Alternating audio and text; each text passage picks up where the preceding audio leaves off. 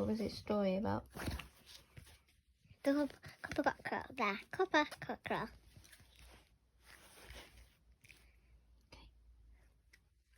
The Copper Cockerel. Mr. Saffery smiled at everyone. He locked his fingers together, then he pushed his arms outwards. His fingers clicked when he did this. Click went Mr. Saffery's fingers. Miss Teal's class had done some good work, said Mr. Saffery. It was a project on the sun.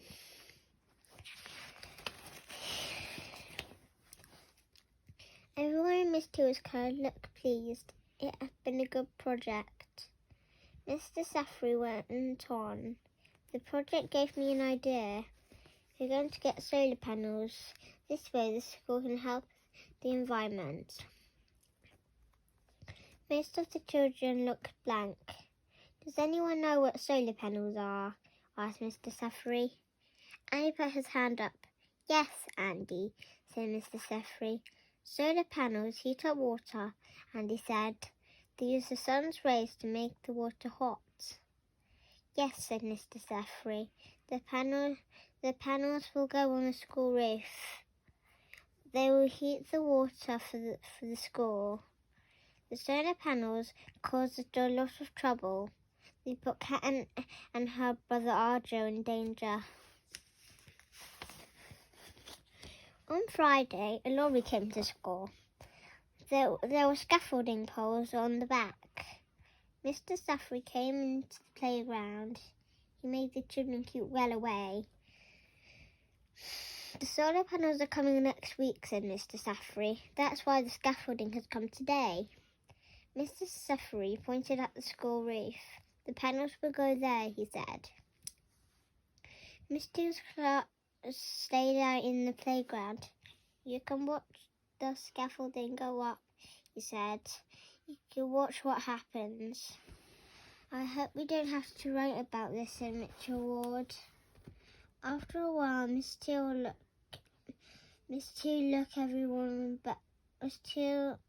took everyone back to the classroom.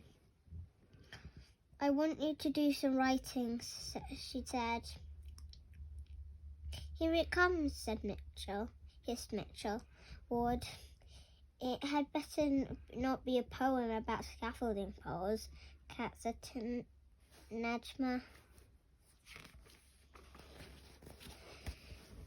We're going to write an animal story, said Mrs. Teal. Said Miss Teal. Mm-hmm. Thank goodness, whispered Kat. I have an idea for a story, joked Najma. A cat gets stuck on some scaffolding. Kat laughed, so Miss Teal made her sit by herself.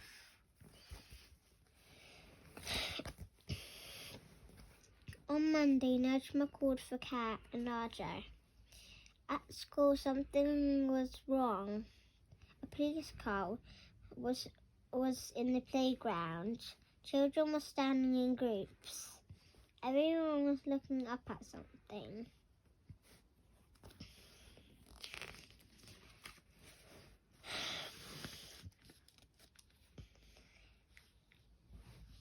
Gizmo ran up. His eyes looked wide behind his big glasses. He pointed at the school roof. Have you seen it? He asked. Kat gasped. I can't believe it, she said. The Copper Cockerel has been stolen again. This is the second time. The roof was a mess. The thieves hadn't just taken the cockerel, or the lead has gone. So had the tiles that ran along the ridge. Perhaps the day off, said Mitchell Ward. Shut up, Wardy, said Chris.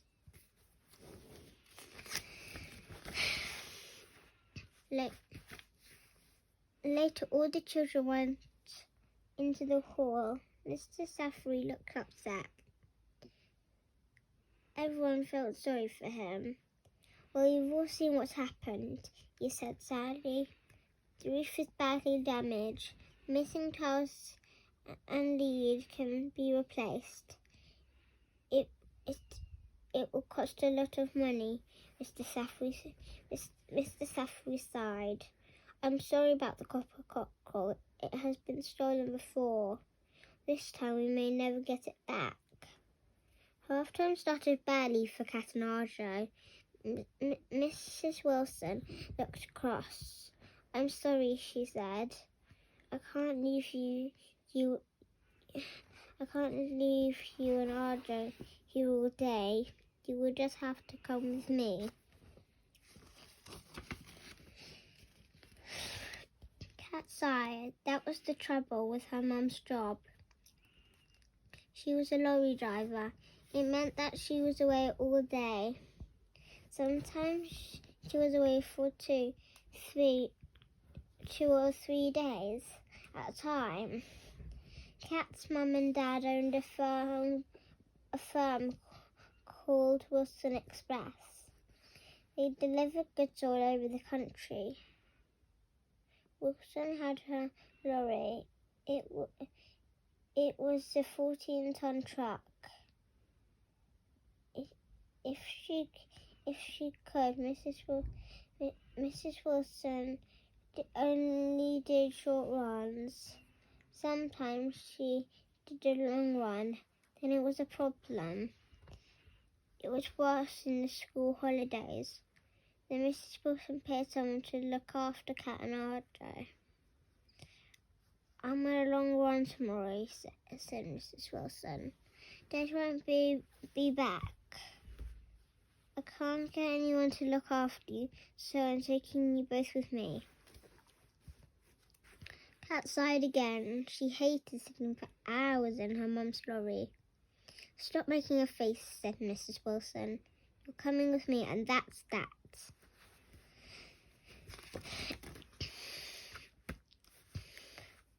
They were on the road early. Cat still felt sleepy. Arjo was in the sleeping compartment above the cat. He was fast asleep. Mrs. Wilson was not in a good mood. She was worried about the cargo. I've never had to carry anything like it, she said. I hope they don't move about. They could damage the lorry.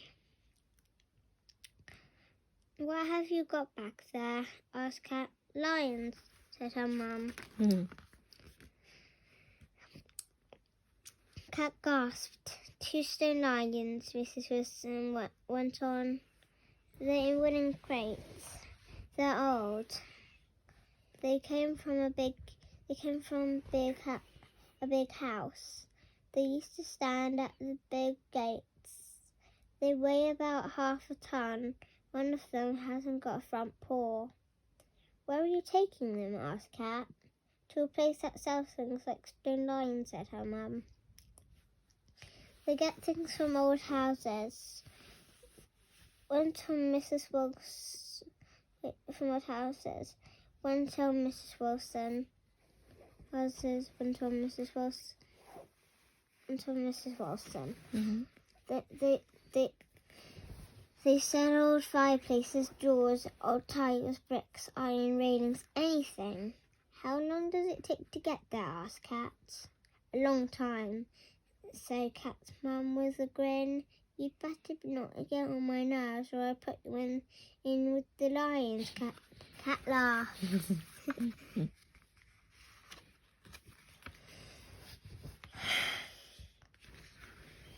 It took 3 hours to get there. Cat and Arjo felt bored. At last, the lorry turned off the motorway. Almost there, said Cat's mum. The place looked like an old junkyard. It had a high fence round it. Inside, there were 2 big sheds. Mrs. Wilson drove through the gates and stopped. She helped Cat and Arjo off the lorry. Have a look around, she said, but be careful. I'll find what to do about the lions. She went into one of the sheds. In the corner of the yard, It was an old iron swing. Archie ran over and sat on it. "Push me," he shouted.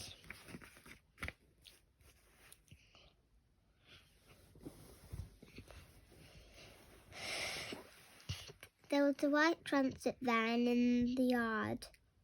Cat watched it while she pushed the swing. A man and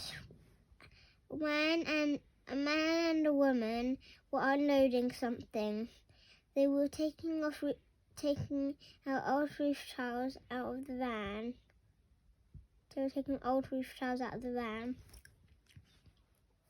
The tiles were the sort that went along the ridge of the roof. Cat stared at them.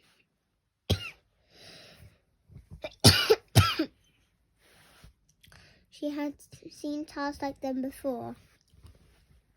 Cat looked at the tiles closely. She had once done a drawing of the school. She had spent a long time drawing the roof. The tiles looked just like the ones that had been stolen. Cat felt excited and nervous. What else was in the van? What if these people were the thieves? What if they had the Copper Cockerel?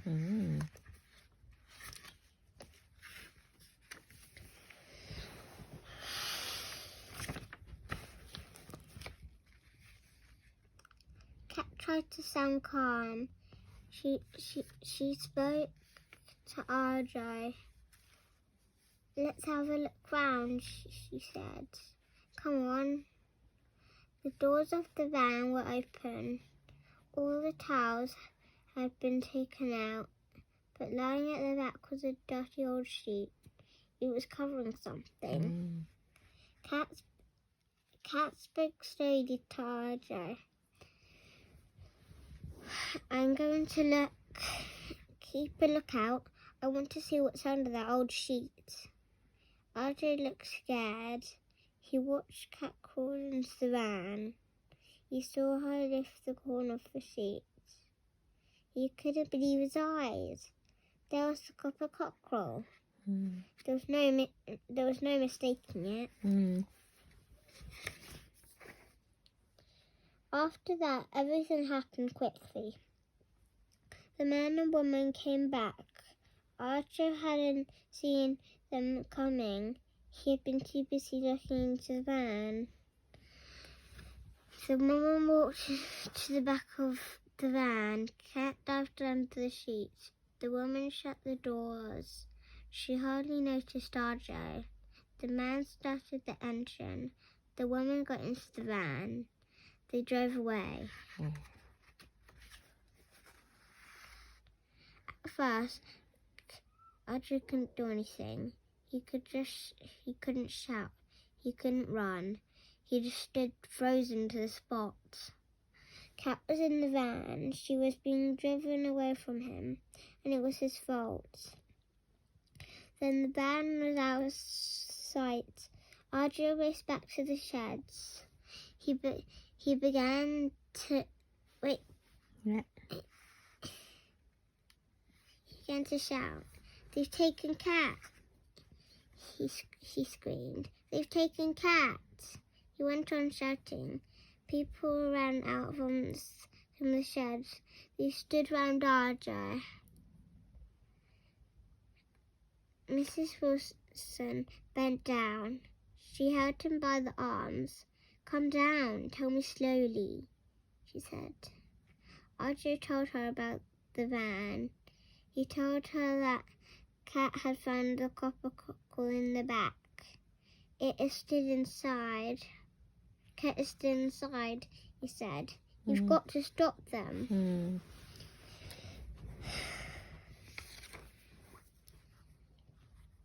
Mrs. Wilson ran to the lorry and jumped inside. She pulled RJ into it. "RJ," she shouted, "which way did they go?" RJ pointed. Mrs. Wilson started the engine. The lorry roared across the yard and swung out of the gate. Roger had never known his mum drive fast. Now she raced down the road. She hopped to catch the van up, but it was too far ahead. Roger felt scared. The road was quite narrow and bumpy. He felt himself being thrown from side to side. Slow down, Mum, she shouted. Just hold tight, Mrs. Wilson. Just hold tight, Mrs. Wilson shouted back. At last they saw the van just ahead. It turned onto the motorway and sped down the slip road. The lorry followed. Mrs. Wilson began to catch up the van. Soon she was right behind it. She turned on her lights and pressed the horn. The van didn't slow down. Instead, it went faster. "Why won't they pull over?" gasped Mrs. Wilson. Mrs. Wilson had a phone in the cab. She pressed 999 and asked for the police. She told them she was on the motorway. "This is Wilson Express," she said. "I'm 10 miles from Junction 9, heading south. I'm behind a white van. My daughter is trapped inside it. The van may have stolen goods." "Please wait," said a voice. "We'll contact the motorway police." After a while, the police spoke again. "The motorway police is on their way," it said. "They'll go straight to Junction 8. Mrs. Wilson gritted their teeth. Junction 8 was some distance away. Then she had another idea. In the lorry, she had a CB radio. Most big lorries have them. Sometimes lorry drivers use them to talk to each other. They can pass on news. They warn each other of hold-ups on the road.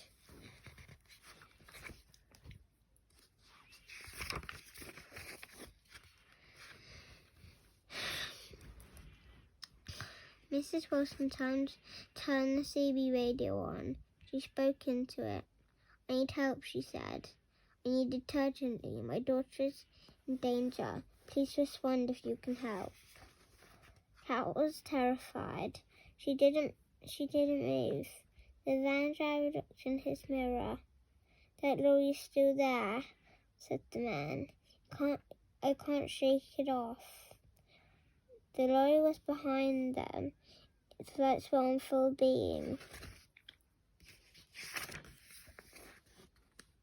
"Why is it chasing us?" asked the woman.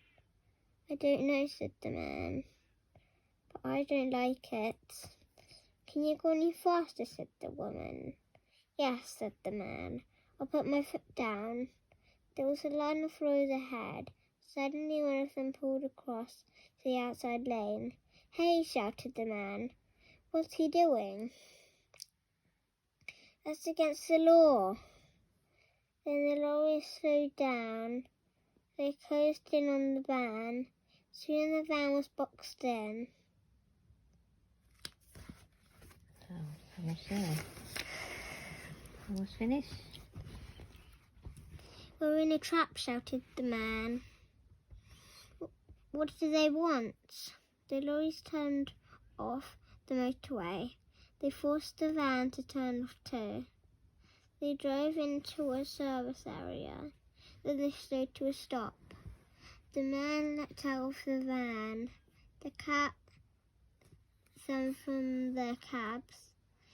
The man tried to run, but he was blocked in. The woman in the van didn't move. In the distance was a wail of a police siren. Yeah, that's one. Mrs. Wilson ran to the van. She pulled open the back doors. Kat was still lying under the old sheet. She was shaking. It's all right, Cat, said Mrs. Wilson. You're safe now. Cat climbed out. Archie looked at Cat. His eyes looked bigger than ever. I was so scared, he said. He gave Cat a huge hug. Mrs. Wilson pulled back the sheet. You're right, Arjo, she said. I just can't believe it. This is the Copper Cockerel. I know it anywhere. This is the second time we've rescued it. A police officer spoke to Mrs. Wilson. Perhaps you'll tell us what this is all about, he said. It sounded urgent. Mrs. Wilson pointed at the white van. There are stolen goods in there, she said. Can you prove that? Asked the police officer. We think we can, said Cat. Well, I hope so, said the police officer. Cat told the police officer everything. He wrote it all down in his notebook. It took a long time. In the end, the police let the man and woman go. Why didn't they arrest him? Asked Cat. They'll have to prove the cockerel was stolen, said Mrs. Wilson. Mr. Suffrey can do that. That's it. Go. The police took the Copper Cockerel out of the van. They put it in the back of their car. It didn't quite fit in the part that pokes. Didn't quite fit in. Part of it poked through the back window. We'll let you know what's happening as soon as we can, said the police officer. Then he looked sternly at Mrs. Wilson. Boxing in the van was a risky thing to do. I know, said Mrs. Wilson, but Cat was inside it. The officer turned to Cat. I know, you wanted to help, but getting into a strange van was dangerous. Don't ever do a thing like that again. Don't worry, I won't, said Cat. I was so scared. Archer sighed. Can we go home now? He said. I'm hungry. Mrs. Wilson pointed at her lorry. I'm afraid not, she said. I've still got 2 stone lions to deliver. Wonderful. You are superstar reading. You are so clever. Well done. Good girl.